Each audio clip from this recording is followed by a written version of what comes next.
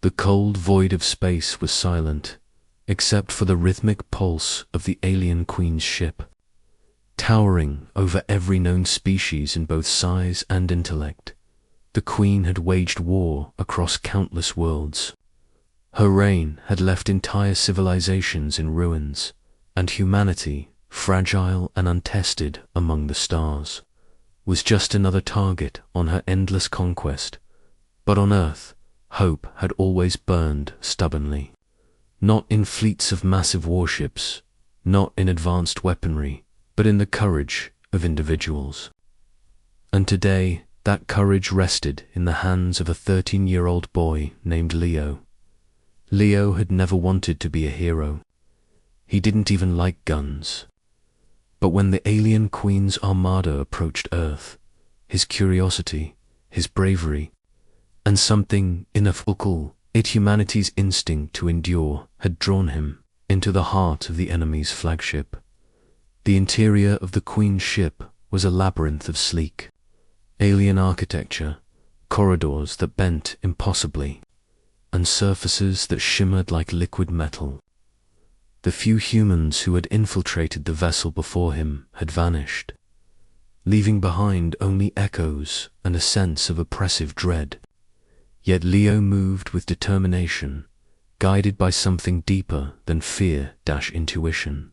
Finally, he reached the queen's chamber. It was a vast cathedral of alien biometal, and at its center floated the queen herself. She was a being of terrifying majesty, iridescent scales that shimmered with colors no human eye had names for, 6 wings that rippled through the air like sails in a storm, and a crown of pulsating crystals that marked her as ruler of countless worlds. Human, she said, her voice a chorus of harmonics that resonated in Leo's chest. You are insignificant, yet here you stand, trembling before me. Leo's hands shook, but he raised his gaze. Maybe, but I'm not alone. I fight for everyone you've hurt. I fight for Earth. The queen's laughter was a sound that could crack stars. You, a child, against me. You are but a flicker before the eternal blaze of the universe. She lunged, a blur of motion that forced Leo to dodge instinctively. His mind raced, searching for any weakness in this creature that had no known equal. That's when he saw it. The core of her power, the crystal embedded in her chest. It pulsed with a rhythm, a heartbeat of energy that maintained her life and her dominion. Instinct took over. Leo sprinted across the chamber, dodging wings and claws that could slice through steel. He leaped onto the platform supporting the core, reaching toward it with trembling hands. The queen roared, a sound that shook the very hull, but something unexpected happened. The crystal reacted. It sensed the human. Its light flickered, responding not with aggression, but with curiosity. In that instant, Leo realized what had been missing from the galaxy's countless attempts to defeat her. No one had ever approached her with understanding, with empathy, with the courage to see her as more than a monster. Please, Leo whispered. I don't want to destroy you, but you can't keep doing this. There's another way. The queen paused, her 6 eyes narrowing. She had never been spoken to in such a manner. She had only known conquest, fear, and obedience. The idea that a human so small, so fragile, could appeal to her not with weapons, but with words. It was new, and it intrigued her.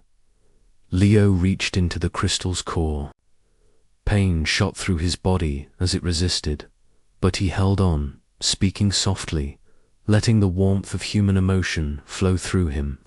Memories of his family, of Earth, of laughter and music, of sunsets and first snowfalls, all the things that made humanity what it was, he poured them into the crystal. For a moment, the queen seemed to waver. The war, the destruction, the endless hunger for domination, it all flickered within her consciousness. She saw, perhaps for the first time, what life could be beyond conquest. She saw possibility. The ship shuddered violently. Alarms blared. The Queen's hive mind began to unravel as the crystal resonated with Leo's courage and clarity. The alien guards, sensing the change, hesitated, unsure whether to obey or flee. And then, in a sound like a star collapsing, the crystal exploded, not in destruction, but in transformation. Energy cascaded through the ship, illuminating every dark corner. The Queen herself convulsed, then settled, her form shifting. Her scales softened, her wings folded, and the crown of crystals dimmed to a gentle glow. Leo fell to the floor, exhausted. The Queen hovered above him, silent now, her immense presence transformed. "You have altered the course of my existence," she said, her voice softer, almost vulnerable. "Why?" "Because," Leo said, struggling to stand, "even the strongest can choose to be better. Even you." The Queen considered this. And then she did something that no one human or alien could have predicted. She nodded. The war ended not with death, but with choice. The Queen ordered her fleets to withdraw from occupied worlds, to halt invasions, and to negotiate peace. Civilizations that had been on the brink of annihilation breathed a collective sigh of relief. Earth was safe, at least for now. Humanity had proven itself not with weapons or fleets, but with courage, empathy, and the refusal to accept inevitability. Leo became a symbol, not for the battles he had fought, but for the bravery of being human. Children told stories of the boy who altered the fate of the stars, and scientists studied the sudden peace in the alien fleets. Historians would debate the exact chain of events for centuries, but all agreed on one truth. The galaxy had changed because a human had dared to act, when everyone else had trembled, and somewhere, in the quiet of her newly tempered mind, the alien Queen reflected on the boy who had shown her a better path. She would remember always that even the mightiest could be moved by a single, small human hand.